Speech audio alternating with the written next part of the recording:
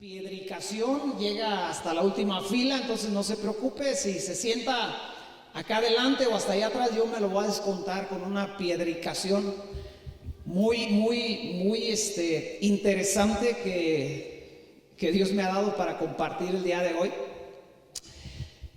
Y yo te quiero hablar el día de hoy de un tema muy importante en estos días, que necesitamos comprender. Y yo quiero orar antes de comenzar. ¿Sale? Podemos inclinar nuestro rostro. Padre Celestial, nos encomendamos a tu gracia en este tiempo de escudriñar tu palabra. En este tiempo, Padre, de pararnos delante de tu palabra para ser enseñados, para ser, Señor, corregidos, para ser retados, Padre Celestial, para ser confortados. Amado Dios, danos la gracia en este tiempo y que tu Espíritu Santo nos hable, que tu Espíritu Santo nos guíe. Y que tu bendita palabra, Señor, nos vivifique, nos anime, nos consuele, nos dé aliento de vida, porque esta palabra es vida, Padre Celestial, lo sabemos. Así que nos encomendamos a tu gracia en el nombre poderoso de Cristo Jesús. Amén. Sobrevivientes se llama la titulación del día de hoy. Sobrevivientes, y como subtítulo, quédate en Cristo. Dile al que está a tu lado, quédate en Cristo. Y yo quiero comenzar leyendo el Salmo 27 del verso 1 al 6 para compartir este tema, sobrevivientes. Dice así David en el Salmo 27: Jehová es mi luz y mi salvación, ¿de quién temeré? Jehová es la fortaleza de mi vida, ¿de quién he de atemorizarme? Cuando se juntaron contra mí los malignos, mis angustiadores y mis enemigos, para comer mis carnes, ellos tropezaron y cayeron. Aunque un ejército acampe contra mí, no temerá mi corazón. Di conmigo, no temerá mi corazón. Aunque contra mí se levante guerra, yo estaré confiado. Di conmigo, yo estaré confiado. Una cosa he demandado a Jehová, esta buscaré: que esté yo en la casa de Jehová todos los días de mi vida, para contemplar la hermosura de Jehová y para inquirir en su templo. Porque él me esconderá en su tabernáculo en el día del mal, me ocultará en lo reservado de su morada, sobre una roca me pondrá en alto.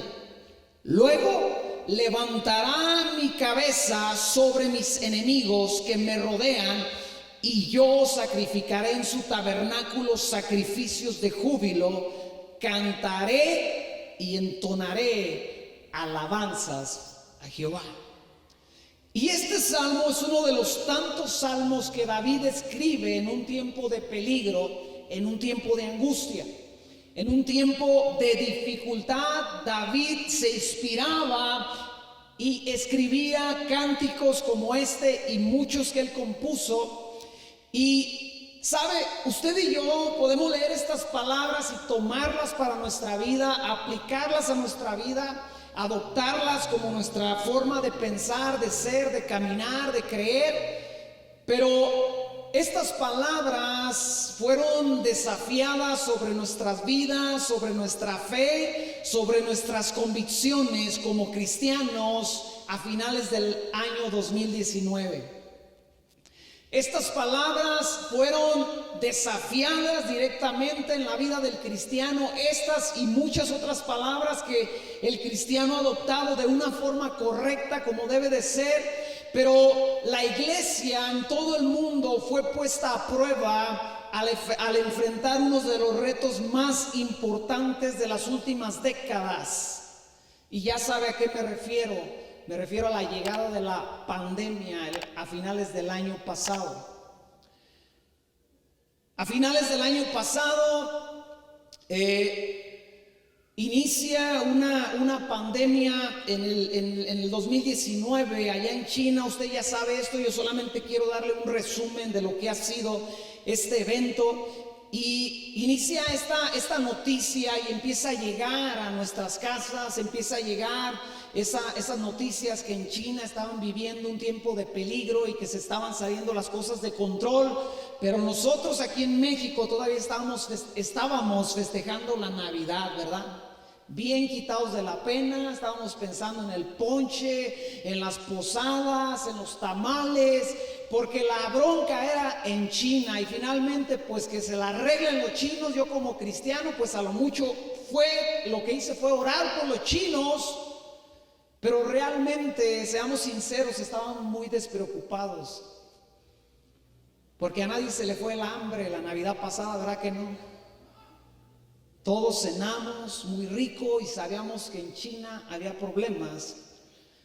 Pero el 11 de marzo del 2020, la Organización Mundial de la Salud reconoce como pandemia la problemática que había comenzado en China con este virus. Y el 18 de marzo del 2020 se anuncia el primer fallecido en México a causa de la pandemia. Y ahí sí, ya como que ya se nos fue el hambre un poquito. Ahí como que ya se nos fue el júbilo de la Navidad. Ya habían pasado los reyes, ya habían pasado los tamales, ¿verdad? El día de la Candelaria. Y pues como que ahí ya dijimos, ah, caray, esto va en serio. Pero fue en México, o sea, allá estaba fea la cosa, ¿no? Pero el 20 de marzo del 2020 llega la pandemia a Michoacán. Y ahí a nosotros como dijimos, ah, caray, el gobernador ya salió, interrumpió la programación cotidiana para anunciarnos los primeros casos de esta enfermedad en Michoacán. Y por si fuera poco, los reportes decían que los primeros casos, uno era en Lázaro Cárdenas y 3 en Morelia. Y yo ya dijo, ay, en Morelia. Y ya te decían, en el tal hospital, ahí están.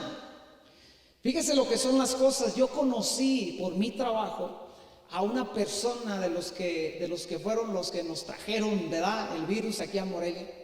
Un hombre de una buena economía, y por su buena economía pues andaba por allá de viaje, y él ya había pasado por eso, ¿no? Ya había recuperado y todo, pero yo platicando con él, un hombre joven, me dice, porque le hicimos un trabajo en su negocio, me dice, no, pues yo llegué bien malo, andaba por allá afuera de viaje, y mi esposa y yo llegamos bien enfermos de esa cochinada. Yo dije, o sea que tú eres de los que nos hiciste el favor, ¿verdad? Aquí de traernos pero él me dice, estuvimos muy malos en casa, nos recuperamos, pero es que empezamos ya a conocer ya gente que ya decía, esto es real, esto es una situación verdadera. Y junto con toda esa situación de la pandemia llegó el temor, llegó la duda, llegó la confusión, llegó la crisis, llegó la desesperación y llegó un sentido de desesperanza a todo el mundo. Y todo el mundo hablaba de esta crisis y de esta situación, y pareciera ser que en aquellos días a la iglesia se le olvidó que era la iglesia del Dios viviente. En una ocasión yo pertenezco a un grupo de pastores aquí en la ciudad y empezaron a mandar muchos videos, y entre los videos un pastor, yo no sé si el video era genuino porque hay que tener cuidado, ¿no? Cada cosa que se dice en las redes sociales, pero a ese grupo llegó un video donde un pastor de otra nación advertía a los pastores de México y decía, no salgan, encierren a la iglesia, todo el mundo se está muriendo, esto es real, muchos no lo creen, pero esto es real, y contaba un testimonio tras otro de gente que él sabía que había muerto a causa del virus. Pero a mí me llamó la atención una cosa, y era la ausencia de esperanza en ese video. Y no digo esto juzgando a esta persona, porque estaba viviendo algo muy crítico, pero me llamó la atención cómo muy fácilmente se nos olvidan las palabras de nuestro lenguaje bíblico cuando realmente el peligro ya está presente y ya es un hecho real.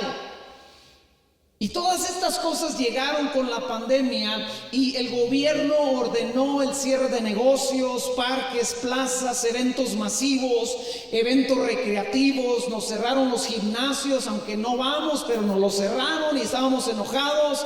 Nos cerraron los bares, aunque tampoco no vamos. Nos cerraron las escuelas, aunque muchos jóvenes tampoco van.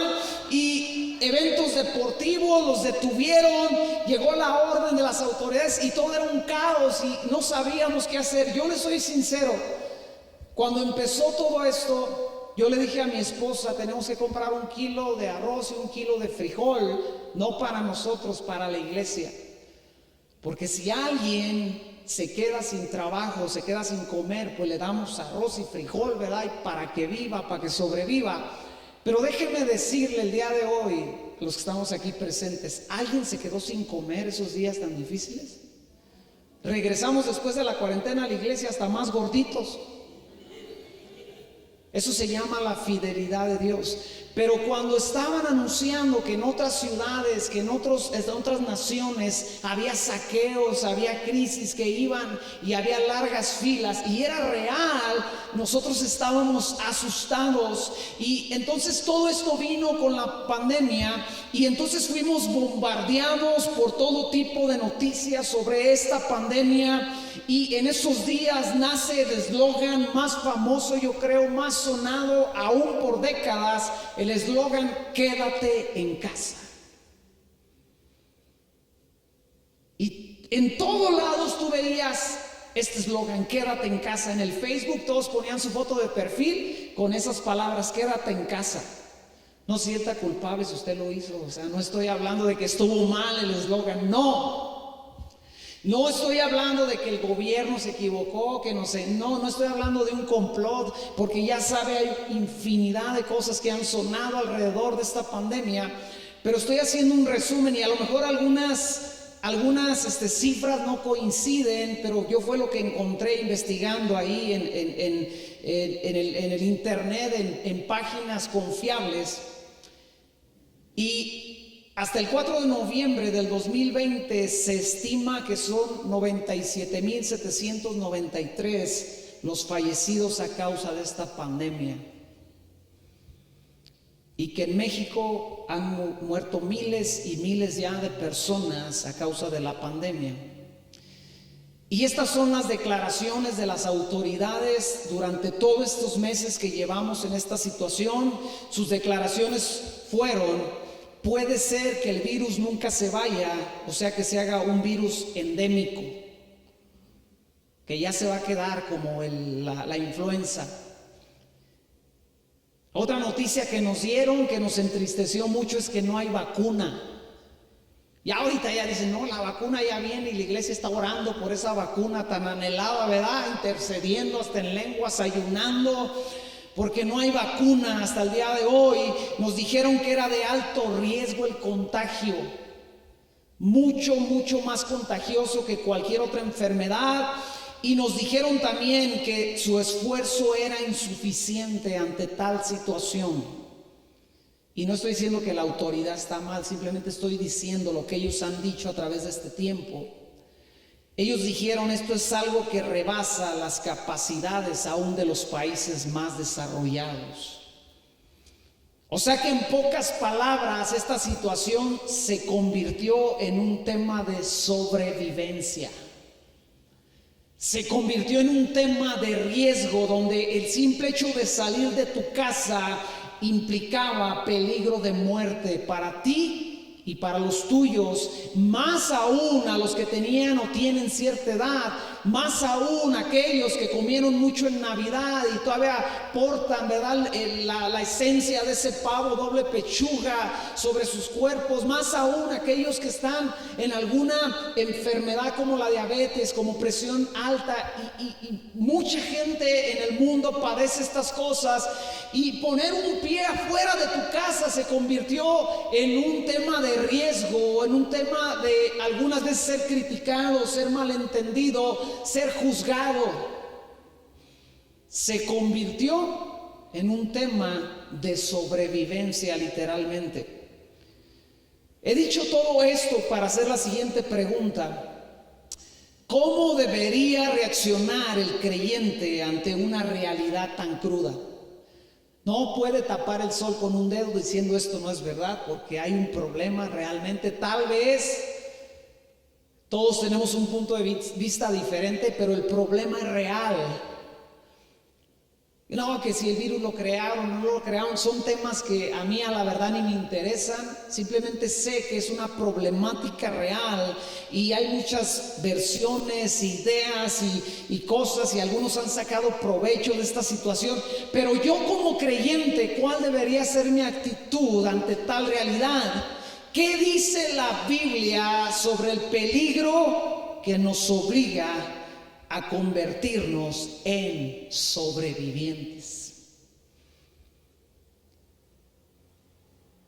Yo quiero dejar algo muy en claro esta mañana y quiero decirte que no es la primera vez que los creyentes son sobrevivientes o son orillados a convertirse en sobrevivientes. Y yo quiero que veamos la cruda realidad de la Biblia en el tema de la sobrevivencia de un creyente. Empiezo con Noé, y tú lo puedes encontrar en Génesis capítulo 6, 9, 22. Noé tuvo que sobrevivir a un diluvio,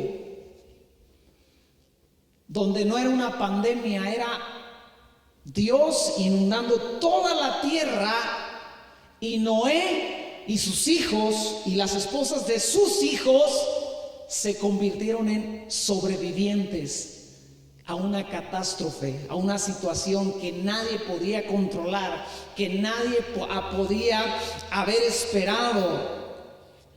Me paso a Abraham en Génesis capítulo 12. Abraham sobrevivió a una hambruna mundial, sobrevivió al peligro de una tierra extranjera. Llegó a Egipto con su esposa, que aunque era ya una mujer muy avanzada en edad, era muy guapa por lo que dice la Biblia. Y él le dice: tienes que decir que eres mi hermana, porque si se dan cuenta que eres mi esposa, a mí me van a matar para quedarse contigo. Josué en Génesis capítulo 37 sobrevivió. Dije Josué, pero es José. Sobrevivió a sus hermanos. ¿Cuántos de aquí hemos tenido que sobrevivir a nuestros hermanos? Si no a los de la casa, a los de la iglesia, ¿verdad? Que a veces también los hermanos en la iglesia somos bien tremendos. Josué sobrevivió a el complot de todos sus hermanos en su contra. Sobrevivió a la esclavitud, sobrevivió a la cárcel y sobrevivió a la hambruna. Moisés, siendo un niño, sobrevivió a un edicto de muerte de parte de Faraón. Sobrevivió a un río lleno de peligros. Sobrevivió a un desierto cuando huyó de Egipto. Y sobrevivió a un desierto cuando libertó Dios a través de él a todo el pueblo de Israel.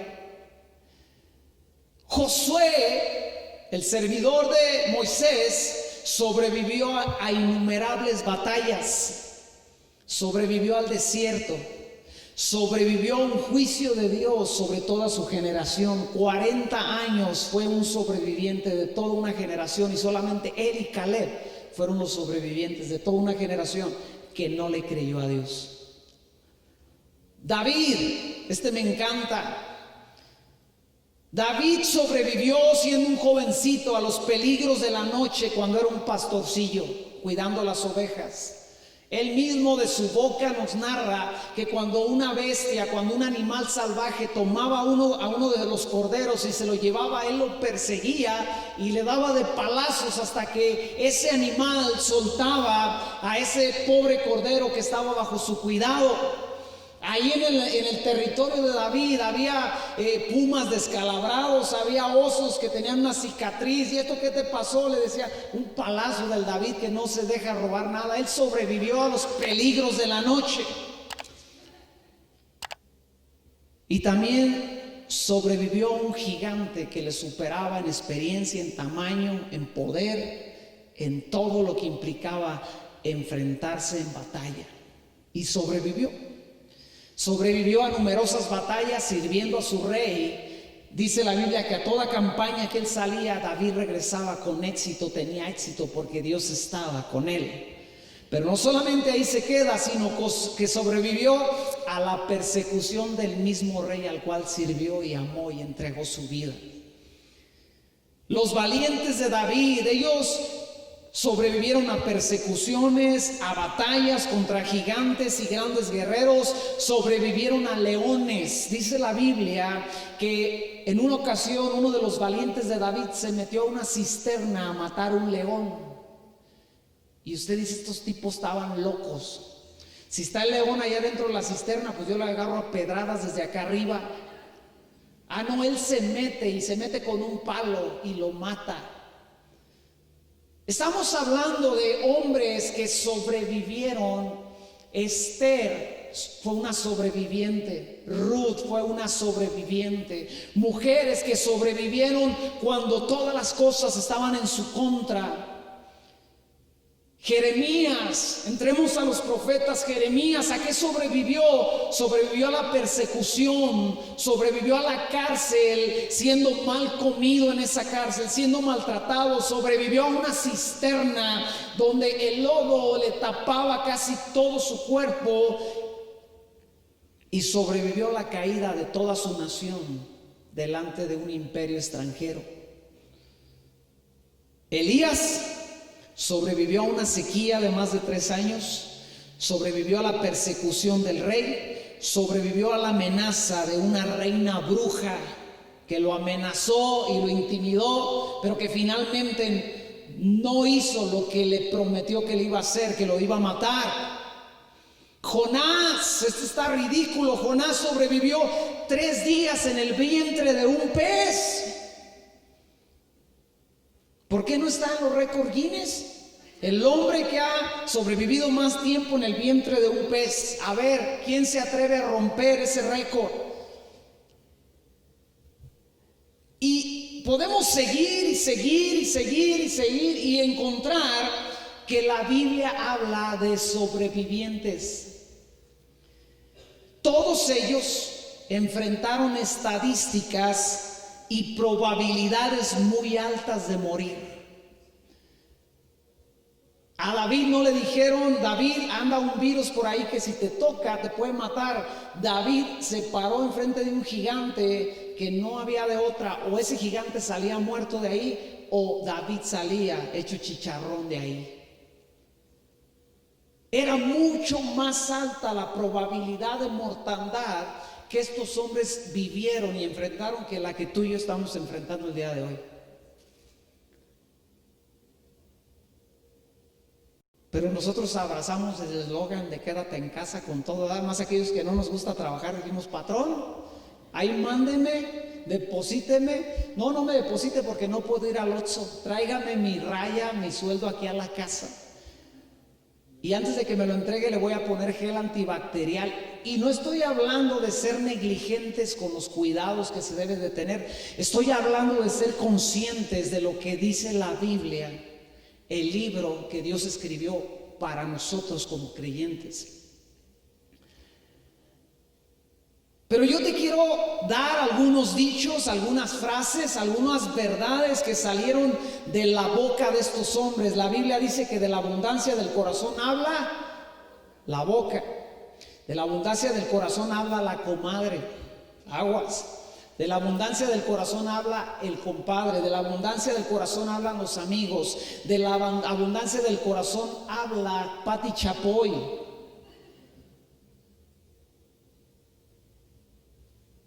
Moisés en Éxodo 15, en el verso 2 y 3, cuando estaba delante de Faraón, dijo, Jehová es mi fortaleza y mi cántico. Cuando hubo cruzado más bien el mar, él dijo, Jehová es mi fortaleza y mi cántico, y él ha sido mi salvación. Otra cosa que dijo Moisés, entre muchas cosas que tenemos escritas de él, es Jehová es varón de guerra. Josué dijo lo siguiente en Números 14, con nosotros está Jehová. Cuando todo el pueblo, cuando los otros 10 espías que fueron con él a ver la tierra decían: no, ahí hay gigantes, no, el pueblo es numeroso, las ciudades son fortificadas, él les decía: Jehová está con nosotros, es lo que necesitamos, son pan comido, literalmente está traducido en la NBI. Él decía: ya se les fue la fuerza, ya se les fue la esperanza. ¿Por qué razón? Porque ellos saben que Jehová está con nosotros. Y cuando él ya está como líder de toda la nación y que va a introducir al pueblo a tomar la tierra prometida, les dice: Jehová hará mañana maravillas entre nosotros. Pero delante de él había un río que tenía que cruzar, y después del río había un muro imponente que protegía una ciudad impenetrable, pero que era la probabilidad de morir ahí era muy alta, porque era una ciudad fuerte. Pero había una gran diferencia que él sabía, y dijo: Jehová está con nosotros, y Jehová hará grandes maravillas el día de mañana. David dijo cosas como esta cuando enfrentó al gigante, a Goliat.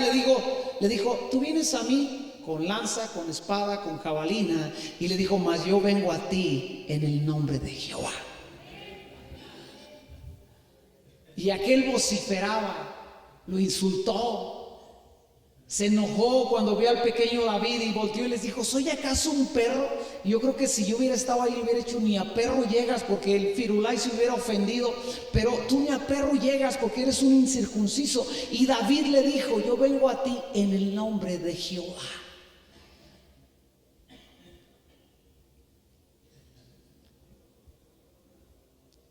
Uno de los dichos favoritos de David, que quedó registrado en varios de sus cantos, de sus salmos, y que trascendió a través de generaciones, que se convirtió en un hit del momento a través de las generaciones, es: Dios es bueno y su gran amor perdura para siempre. Es increíble que varias generaciones después usted encuentra a un rey de Judá trayendo este cántico para ganar una guerra. Dios es bueno y su gran amor perdura para siempre. Son las cosas que atesoraban en el corazón. ¿Qué tal Jeremías cuando lo golpearon, cuando lo humillaron por profetizar la palabra de Dios, y cuando dijo: estoy desanimado, que ya no quiero seguir adelante, es más, ya ni quiero hablar de ti? Pero dice: encontré un fuego que no podía sofocar, y a través de ese fuego él dijo lo siguiente: mas Jehová está conmigo como poderoso gigante. Interesante que nadie de ellos llamaba a Dios Diosito, como muchas veces nos enseñaban a nosotros. Diosito te va a cuidar. Y dicen: no, Dios está conmigo como un poderoso gigante. Elías, el dicho favorito de Elías: vive Jehová de los ejércitos en cuya presencia estoy. Dale un aplauso.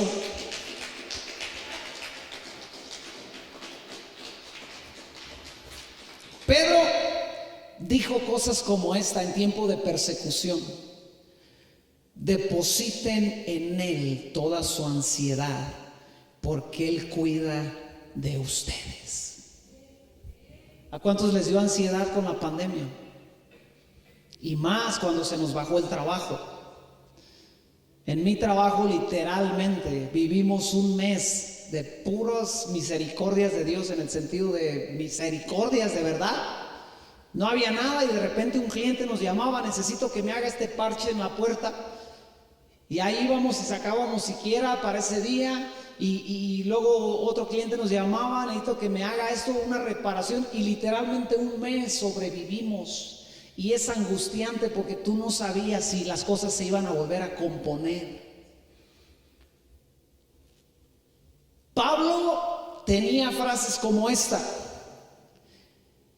que le escribió a Timoteo en 2 de Timoteo: yo sé en quién he creído. Desde la cárcel, No se lo escribió desde allá, desde lo alto del monte, desde allá en una residencia en Altozano, ¿verdad? Con aire acondicionado. No se lo escribió en tiempos de bonanza. Se lo escribió desde una cárcel horrible en la cual ni siquiera se podía parar derecho, llena de humedad. Él le dijo: yo sé en quién he creído y sé que guardará el depósito que le he confiado hasta aquel gran día. Y sabes, puedo seguir y seguir y podemos seguir viendo lo que estos hombres y mujeres tenían en su corazón, pero a veces se nos olvida que el peligro o los peligros son parte de vivir para seguir a Dios y servir a Dios. Un evangelio que no implica los riesgos de servir a Cristo no es un evangelio bíblico. Y lo puedes ver desde sus inicios. ¿Quién de ustedes se quisiera subir a un viaje donde el mar que siempre has recorrido, el mar que siempre en el cual has trabajado, de repente un día por la noche se va a levantar y tú, siendo un experto marinero, piensas, sientes que te vas a morir? Hagamos un comercial y digamos: ¿quién quiere subirse a un hermoso viaje donde la tempestad va a hacer temblar tu fe?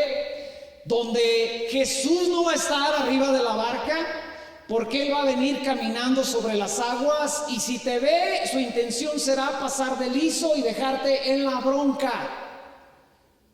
Y por si esto fuera poco, cuando ya por fin Jesús logró entrar a la barca, o quiso entrar a la barca, y calmó la tempestad y te reprendió acerca de tu poca fe, en aquella orilla te estará esperando como edecán un gadareno que tiene una legión de demonios, que por cierto anda encuerado sin ninguna prenda sobre de él, que rompe cadenas, que vive en los sepulcros, y Él será el que te dé la bienvenida a esa hermosa orilla, a esa hermosa ribera. ¿Cuántos se apuntan para el viaje?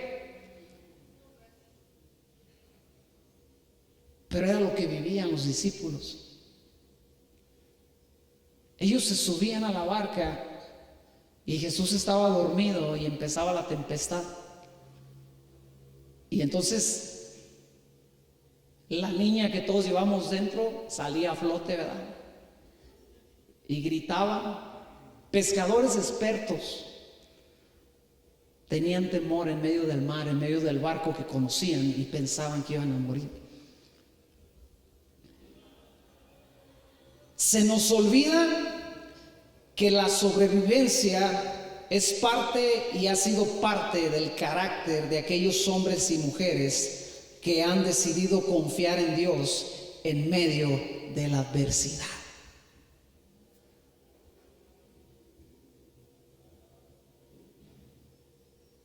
Escucha, quiero compartirte palabras de un hombre llamado John Wesley. ¿Quién ha escuchado hablar de John Wesley?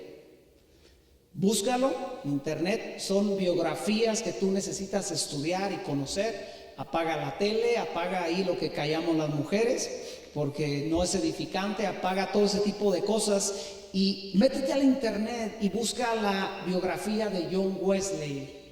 Yo te doy algunos datos de John Wesley. John Wesley fue un inglés nacido en el año 1703 en la ciudad de Londres. Creció y se convirtió en un clérigo y teólogo. Era clérigo y teólogo, entiéndeme, eso es importante por lo que te voy a decir enseguida.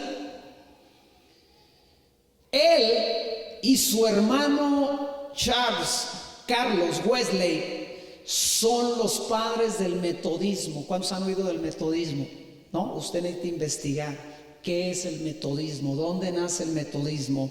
¿Cuáles son las características del metodismo? Es parte de la historia de la iglesia cristiana moderna. No que tiene que estar de acuerdo con el metodismo, pero debe de saber como creyente qué es el metodismo. Este hombre, John Wesley, viajó a Estados Unidos en 1735, cuando Estados Unidos era apenas colonias que estaban siendo puestas ahí por los ingleses que se fueron a abrir camino a causa de muchas cosas, entre ellas la persecución, entre ellas cosas personales. Y Estados Unidos era apenas el comienzo, a través de pequeñas aldeas, a través de pequeñas colonias de los colonizadores en aquellos días. Y John Wesley viaja a Estados Unidos en 1735.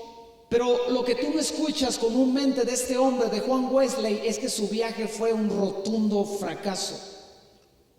No le fue bien en Estados Unidos. ¿Por qué no le fue bien a este hombre? Porque encontró, escucha bien, esto es sorprendente, él se dio cuenta en aquella embarcación que iban otros cristianos que iban de otros lados, que iban de otros movimientos de la iglesia, y él veía algo en aquellos creyentes que él no tenía, y era una convicción de que Dios estaba con él. En su biografía encontrarás unos hombres llamados los moravos, que él decía de ellos mismos: estos hombres tienen algo que yo no tengo como creyente. Pero como él era un teólogo y él era un clérigo, entonces él no podía arrimarse a unos simples creyentes, decirle: enséñame qué es lo que tú tienes. El orgullo le podía más que su necesidad de Dios. En otras palabras, Juan Wesley no había nacido de nuevo.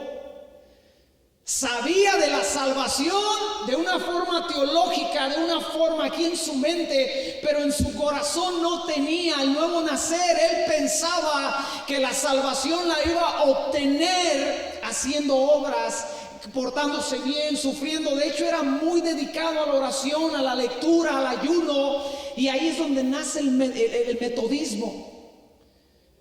Ellos eran metódicos, todo su día estaba ocupado en ciertas tareas, entre ellas incluían la oración, el ayuno, la lectura de la Biblia, el estudio de la Biblia, el diálogo, el debate, la enseñanza los unos con los otros a través de la Biblia. Y en la escuela que él estudia, fundaron un grupo que fue llamado el Club de los Santos.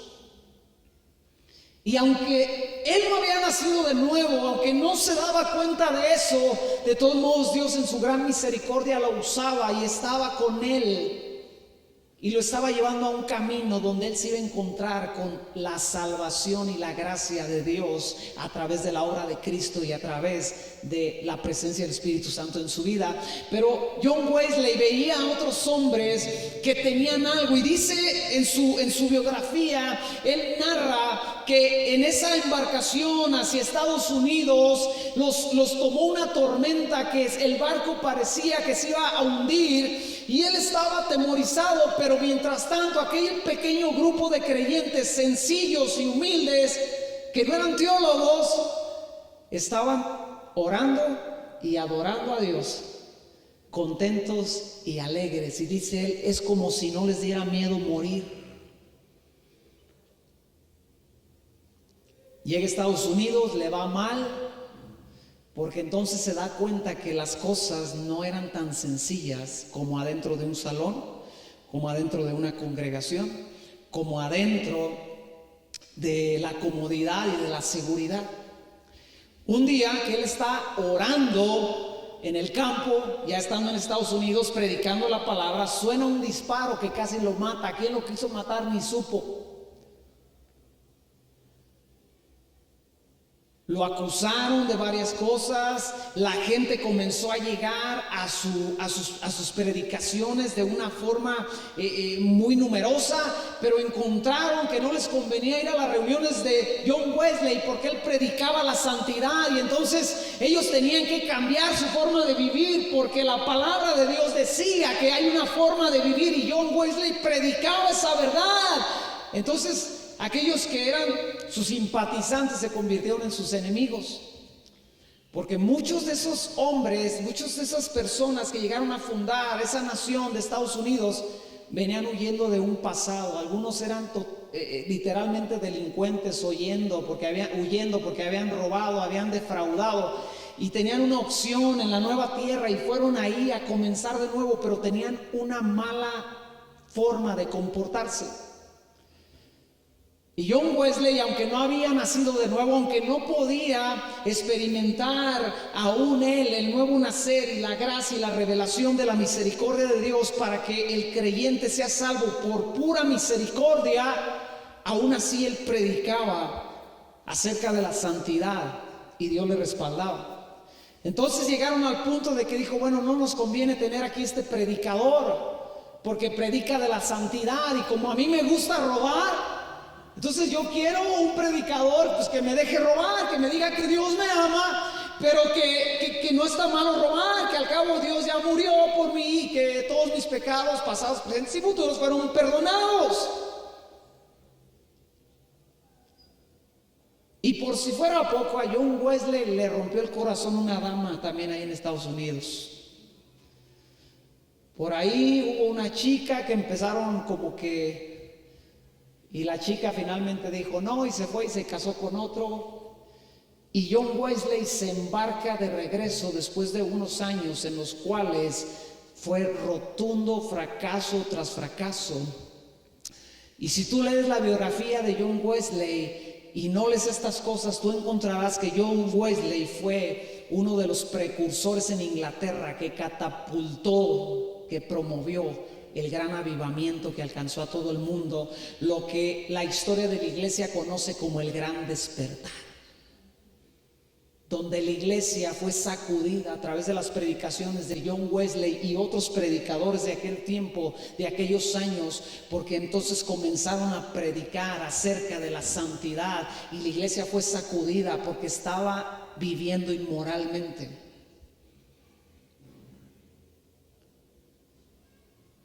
Pero este hombre tuvo que convertirse en un sobreviviente. Y tú tienes que entender que muchas veces tenemos que sobrevivir no a un virus, tenemos que sobrevivir a nosotros mismos. Yo por pura gracia no me maté yo solo, y no estoy hablando de suicidio. Estoy hablando que en mis tiempos de borrachera yo me subía a un carro y al siguiente día ni sabía cómo había llegado a mi casa. Un día con otro cuate, amigo mío, igual de borracho que yo, nos subimos al carro. Yo no supe ni dónde andaba, y cuando nos despertamos estábamos en no sé dónde, metidos en una zanja, dormidos. Y pues volteé y lo vi, ¿y qué pasó? Y él me dijo, no sé. ¿Y qué hacemos? Nos bajamos del carro, no podíamos sacar el carro porque era imposible que lo sacáramos. ¿Qué hacemos? Pues vamos a dormirnos en el carro, mañana veremos quién nos ayuda. Nos metimos al carro, nos quedamos bien dormidos, y de repente una mirada penetrante me hizo despertar, y era un tipo que estaba pegado así del lado de mi cristal, y estaba así. Yo volteé, lo vi, volteé, y estábamos rodeados por jóvenes. Y era un milagro que no nos hubiésemos matado nosotros solos. Ahora necesitábamos el milagro que esos jóvenes, que obviamente no era un lugar bonito, no eran jóvenes que se vieran que vivían una buena vida. Y yo me bajo y saludo, ¿no? Le aprendí eso a mi amigo el doctor en la secundaria, el que llegaba y saludaba a los malandros, el nerd que decía, buenas tardes, buenas tardes, buenas tardes. ¿Cuándo le hicieron algo los malandros a ese cuate en la secundaria? Nunca. Es un nerd bien inteligente. Se vestía ridículo, los zapatos grandotes, bien zancón el pantalón, ¿verdad? Son los suéteres cuando hacía frío, todos zancones, todos de colores horribles, pero un tipo súper inteligente. El día de hoy es un doctor ahí en el seguro que está aquí en Ocupétaro. Y todos los días pasa por el taller y me saluda, Serrano, ¿qué pasó, Serrano? Yo digo, mira quién era el inteligente. Sentía muy picudo porque a mis amigos, los malandros, él se los tuvo que ganar con un saludo. Y yo estoy en una herrería todos los días y él baja por el seguro, por la calle, por enfrente de mi taller, me saluda, es un doctor. Y estábamos ahí encerrados en aquel carro, me bajo y ¿qué onda, compas? Que no sé ¿qué te pasó? Pues ni sé. Le dije, fue aquel que estaba dormido ahí. Y les dije, nos hacen el paro, nos sacan.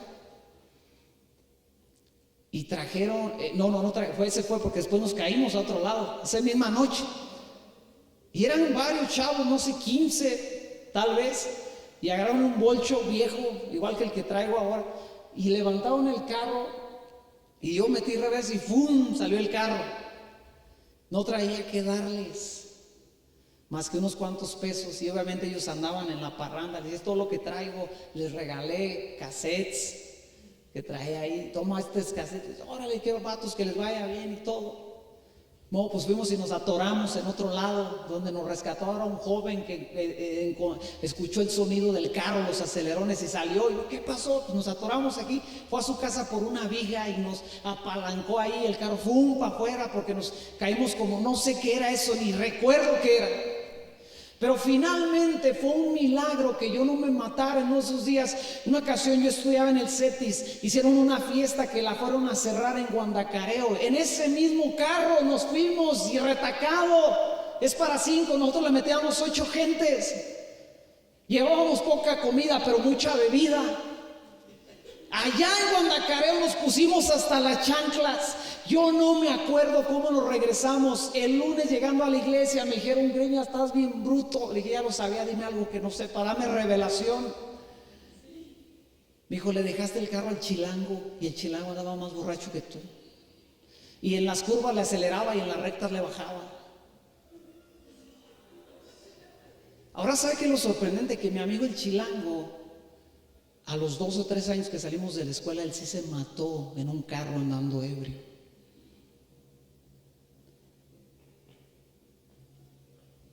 Y yo lo que me pregunto es, si Dios me guardó en aquellos días donde yo era un mundano incircunciso, en total rebeldía en contra de Él, ¿no me cuidará el día de hoy que le sirvo? ¿No me cuidará el día de hoy de cosas y peligros latentes como este virus que está el día de hoy presente, y el cual tenemos que ser conscientes que es una realidad? Pero debemos ser conscientes que nuestro Dios es fiel, es soberano, es poderoso, es grande, y Él ha guardado a su pueblo siempre que su pueblo ha tenido que ser guardado, y nunca, nunca, nunca Dios ha fallado y nunca fallará. Juan Wesley regresa a Inglaterra decepcionado, quebrado, y había entendido, yo no conozco a Dios. Sé quién es Dios, sé hablar de Dios, puedo hablar de Dios, pero yo no conozco a Dios. Y te leo extractos de su propia mano, de su propio corazón, directo a su diario. Y él escribió en su diario: fui a Estados Unidos a convencer a los nativos, fui a Estados Unidos a convertir a los nativos, pero vaya, ¿quién me convertiría a mí? ¿Quién me librará de este malvado corazón? Un hombre quebrantado, hablando sinceramente. Y él hace la siguiente declaración: tengo una religión de buen verano. Puedo hablar bien, mejor dicho, creer yo mismo, mientras, escucha bien, mientras no haya peligro cerca. Pero deja que la muerte me mire a la cara y mi espíritu se perturba.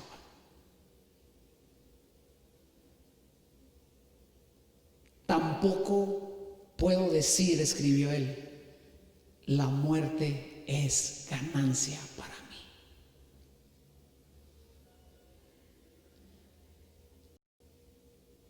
En otras palabras, John Wesley tenía un evangelio que carecía del valor del Espíritu Santo en el creyente para decir: venga lo que venga y tope donde tope, voy a servir a Cristo. Tenía una religión de buen verano. O sea, ¿cómo lo diríamos el día de hoy? Era un cristiano light. Era un cristiano que buscaba a un predicador que no confrontara sus actitudes, su pecado y su forma de ser. Podemos decir que el día de hoy sería un cristiano que cuando veía la incomodidad y peor aún el riesgo de morir, él daba un paso atrás y decía: yo no estoy listo para esto. Y sabe, dentro de toda esta situación que hemos pasado, yo estoy emocionado. Me escribió una persona, una hermana creyente: ¿cómo estás? Y le dije: estoy contento y estoy emocionado. Y me dijo: ¿por qué estás emocionado y por qué estás contento? Le dije: por los tiempos que estamos viviendo. ¿Y a qué te refieres? Le dije: nunca en mi vida he expuesto mi integridad para ir a adorar a Dios. Nunca me había tocado. Lo único que podía pasar, el único riesgo que tenía de ir a la iglesia, era que me atropellara un carro, y era muy baja la estadística, porque me enseñaron bien a cruzar las calles. Pero por primera vez en mi vida hay un riesgo latente cada domingo que yo me levanto y pongo un pie en la calle y decido ir a adorar a Dios. Ahí en ese lugar hay una estadística que me dice: tú puedes morir y cuídate porque estás muy ñango, y a mí se me hace que hasta del dengue te me mueres.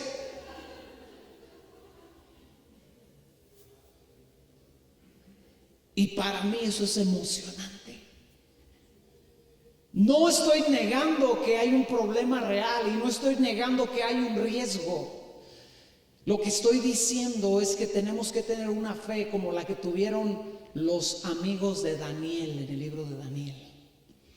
Usted necesita leer esa historia y entender que la fe en Dios implica reconocer los riesgos que hay delante de uno. Ellos, cuando fueron llamados delante de Nabucodonosor para comparecer, porque no estaban postrándose delante de la estatua, cuando oían la bocina que sonaba, el rey dijo: ¿por qué no se postran? Y ellos dijeron: no nos vamos a postrar, oh gran rey, con respeto. Si no se postran, los voy a tener que arrojar a ese horno de fuego. Y ellos dijeron: nos puedes arrojar y Dios nos va a salvar. Y si no nos salva, o sea, ellos sabían que había la probabilidad de que Dios no los salvara, que Dios les dijera: no, ya los ocupo acá, Belsasar y tú vénganse ya todos para acá, adorar acá directo en mi presencia, ya para que no estén luchando con la carne. Abednego, vente, ya te necesito acá en el cielo. Ellos sabían la probabilidad y le dijeron: y aún así, oh gran rey, no nos postraremos delante de nadie.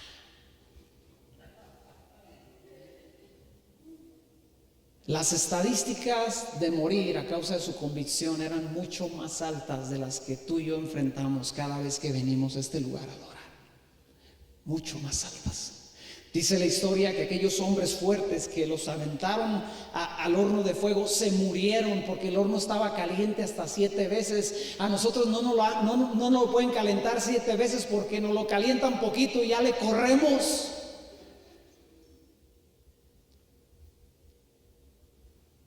Y escucha, tenemos que entender que cada quien estamos viviendo esta situación de una forma personal y diferente, y no se trata de atacar a nadie, no se trata de decir que alguien está mal. Debemos de respetar la forma en que cada quien está viviendo esta situación. Pero yo leo mi Biblia y yo no encuentro que estos hombres se hicieron atrás ante el peligro. Yo leo mi Biblia y veo hombres que cuando veían el peligro se hacían más osados, se hacían más atrevidos, que cuando veían la persecución les brotaba más fe, les brotaba más pasión por Dios. Veo una iglesia que pretendía ser aniquilada y cuando no podían reunirse se iban a las cavernas, se iban a las catacumbas. Y ahí buscaban a Dios, y ahí oraban, y ahí adoraban, y ahí se ministraban los unos a los otros, ahí se animaban, ahí se confortaban, ahí tenían un tiempo de intimidad con Dios como iglesia congregacional.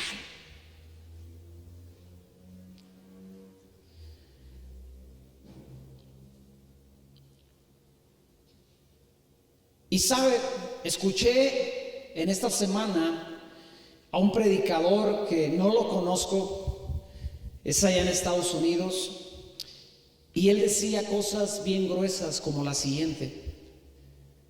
Decía: la pandemia no le robó la relación con Dios a ningún cristiano, solamente manifestó que habíamos cristianos que no teníamos una relación con Dios. La pandemia, decía él, no trajo temor al cristiano, simplemente manifestó que ya había cristianos llenos de temor. Y usted habla con los pastores alrededor de todo Morelia y las estadísticas son las mismas. Nos fuimos de cuarentena y dijimos, bueno, tenemos que cerrar porque es un requerimiento del gobierno, tenemos que ser obedientes al gobierno. Ok, cerramos, vamos a estar predicando y enseñando a través del internet, a través de las redes sociales. Y la iglesia que tenía 200 miembros, se le conectaban 15 personas, 20 personas. Ahora entiendo que en una conexión había tal vez 4 o 5, había una familia y uno lo entiende.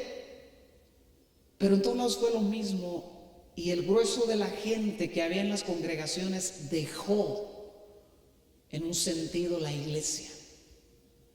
El gobierno dijo, pueden reabrir con estas precauciones, con estas medidas. Muchos abrieron, otros no abrieron, y a sus congregaciones no regresó toda la gente que era de esa congregación. En todos lados es lo mismo. Y ha habido pastores muy estrictos con las medidas, que toman la temperatura ahí en la entrada. Si alguien marca que está elevado su temperatura, no lo dejan entrar, usan cubrebocas, mascarillas y todo el protocolo. Y aún así la gente se ha resistido a volver a las iglesias. ¿Por qué razón? Porque hay un peligro.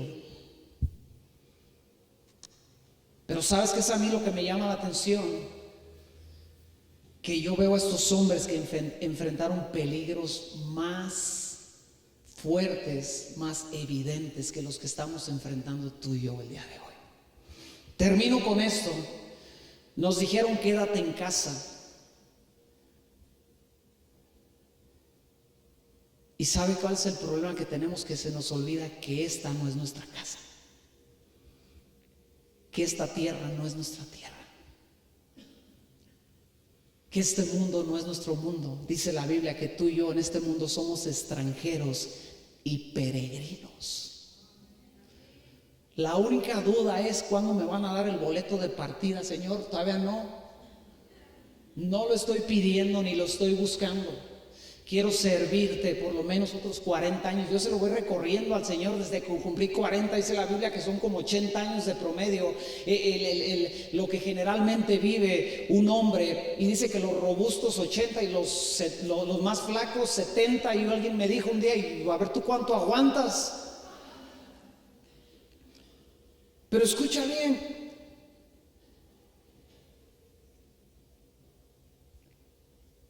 El eslogan quédate en casa, como creyente, yo estoy en casa todo el tiempo. Jesús dijo, me voy, pero les voy a preparar morada para ustedes. No fue Infonavit la que te está promoviendo un hogar eterno. No fue Constructora Gerso. No es Villa San Pedro. El Rey de los Reyes y Señor de los Señores partió de este mundo, se fue al cielo a prepararte una casa, un hogar, una morada eterna. Entonces cuando a mí me dicen quédate en casa, yo digo ahí es donde quiero estar, ahí es donde quiero vivir. Y si pasa este tiempo y a mí me toca ser uno más en las estadísticas, estaré en casa, me quedaré en casa, habitaré en casa. Como dijo David, todos los días de mi vida permaneceré en la casa del Señor. Salmo 23, acompáñame al Salmo 23. Quiero leerlo en la NBI. Dice lo siguiente, David en el Salmo 23. Voy a leer la Nueva Versión Internacional. El Señor es mi pastor, nada me faltará. En verdes pastos me hace descansar, junto a tranquilas aguas me conduce, me infunde nuevas fuerzas, me guía por sendas de justicia, por amor de su nombre. Aun si voy por valles tenebrosos, no temo peligro alguno, porque tú estás a mi lado. Tu vara de pastor me conforta. Después dispones ante mí un banquete en presencia de mis enemigos. Has ungido con perfume mi cabeza. Has llenado mi copa a rebosar. La bondad y el amor me seguirán todos los días de mi vida. ¿Qué te seguirán? El amor y la bondad. La Biblia no dice que te seguirá la peste. La Biblia dice que en que haya peste y mortandad, caerán 1000 a tu lado y 10,000 a tu diestra, pero que a ti no te llegará y no te tocará, lo que dice la Biblia. Pero David dice lo siguiente: la bondad y el amor me seguirán todos los días de mi vida, y en la casa del Señor habitaré para siempre. O sea que David sabía: mientras yo camine en este mundo, el amor y la bondad de Dios van a mi lado, Dios mismo va a mi lado, y el día que me muera no me da miedo, porque entonces estaré en casa todos los días por la eternidad. Dale un aplauso, él es digno.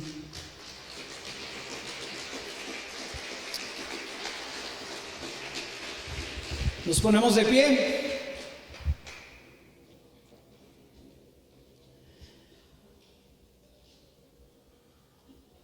Pablo dijo en Filipenses 1:21: para mí el vivir es Cristo y el morir es ganancia.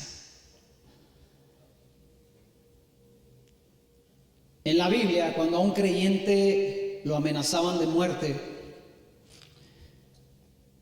el creyente sabía que tal vez era tiempo de partir. Hay un libro que le recomiendo que se llama Locos por Cristo, y viene infinidad de testimonios de gente que ha muerto a través de los años, desde el primer siglo de la iglesia, a través de los años ha muerto por su fe.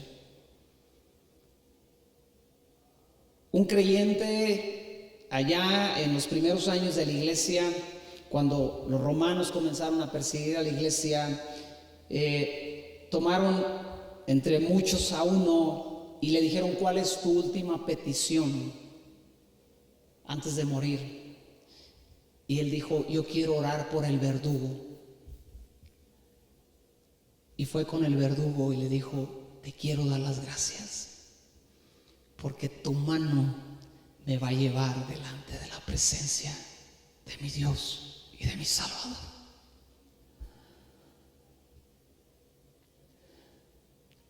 Hay otra historia donde un romano que estaba persiguiendo a los cristianos y los estaba llevando a la cárcel, y de la cárcel a morir, empezó a ser atraído por la fe de esos cristianos. Y un día que tienen un grupo de cristianos, estoy hablando de la iglesia del primer siglo, tienen formados a los cristianos y les dicen: si alguno de ustedes quiere salvar su vida, dé un paso adelante, sálgase de la fila y solamente declare que César es Dios. Y dice la historia que un creyente dio el paso adelante y abandonó la fila para salvar su vida, y que cuando este romano vio esa actitud, él fue y se puso en el lugar de aquel creyente que había abandonado su lugar. Y le dijeron sus compañeros: ¿qué están haciendo? Y dijo: estos hombres tienen algo que yo quiero, tienen algo que yo necesito y que estoy dispuesto a dar mi vida por conocer y saber. Y entonces los demás sentenciados a muerte le predican el evangelio y él entrega su vida a Cristo, y aquel día lo cuelgan junto con toda aquella bola de creyentes que depositaron su fe en Cristo Jesús. Amada iglesia, es tiempo de vivir radicalmente para Dios. Es tiempo de enfrentar esta situación con fe, con confianza, con pasión, con entendimiento, con cuidado, sí, con obediencia a las autoridades, sí también, pero escucha bien, es tiempo de que entendamos que necesitamos ser sobrevivientes en nuestra generación, y no solamente sobrevivientes naturales, sobrevivientes espirituales, que no se acongojan y no dejan que la fe les sea robada por el temor, por la inseguridad, por la probabilidad de morir, porque muchos ciertamente ya murieron, pero son muchos más los que se murieron espiritualmente con esta pandemia.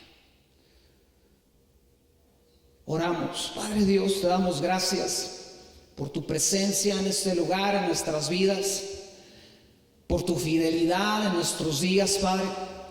Porque a través de todo este tiempo, Padre, desde que lo prometiste, desde que tú dijiste que estarías con tu iglesia, tú has estado, Padre Dios. Y leyendo este hermoso libro, analizamos y vemos que tú siempre has sustentado a tus hijos y siempre los has librado, Padre Dios. Y Dios, yo aquí en este lugar puedo testificar cómo tú nos has guardado todo este tiempo, que fuimos una vez más reabiertas, que una vez más fueron reabiertas las puertas de este lugar, y cómo tú nos has librado de esta peste y de esta mortandad. Y podemos decir hasta el día de hoy que nadie ha sido alcanzado, que nadie ha sido muerto por esta mortandad, Padre, y confiamos que así seguirá siendo, confiamos que así será, Dios. Y hoy reconocemos que no podemos depender de una vacuna, de un recurso natural, que no podemos depender de otra cosa sino de ti, Padre, porque nadie en este mundo tiene la capacidad de controlar esta situación. Nadie en este mundo tiene, Dios, la solución a este problema, pero tú has guardado a tu pueblo todo el tiempo de peligro, en medio de toda situación. Así que, Padre, hoy levantamos nuestras manos delante de ti y te pedimos que nos guardes en este tiempo de peligro, y que cuando el peligro pase tengamos un testimonio fiel de tu nombre, de tu gracia, de tu amor, de tu cobertura, de tu poder, de todo lo que tú eres y todo lo que tú muestras a aquellos que han decidido refugiarse en ti. Dios, a la vez oramos por toda persona que está en autoridad, por toda persona que está siendo, Señor, clave en esta situación, que tú les des la sabiduría, Padre, y el entendimiento. Oramos por cada iglesia que ha abierto sus puertas para que tú la guardes de esta peste destructora. Oramos por cada creyente que ha decidido caminar por fe, Padre Dios, en el nombre poderoso de Cristo Jesús. Todos decimos amén. Dale un aplauso. Él es bueno, Él es grande, Él es soberano.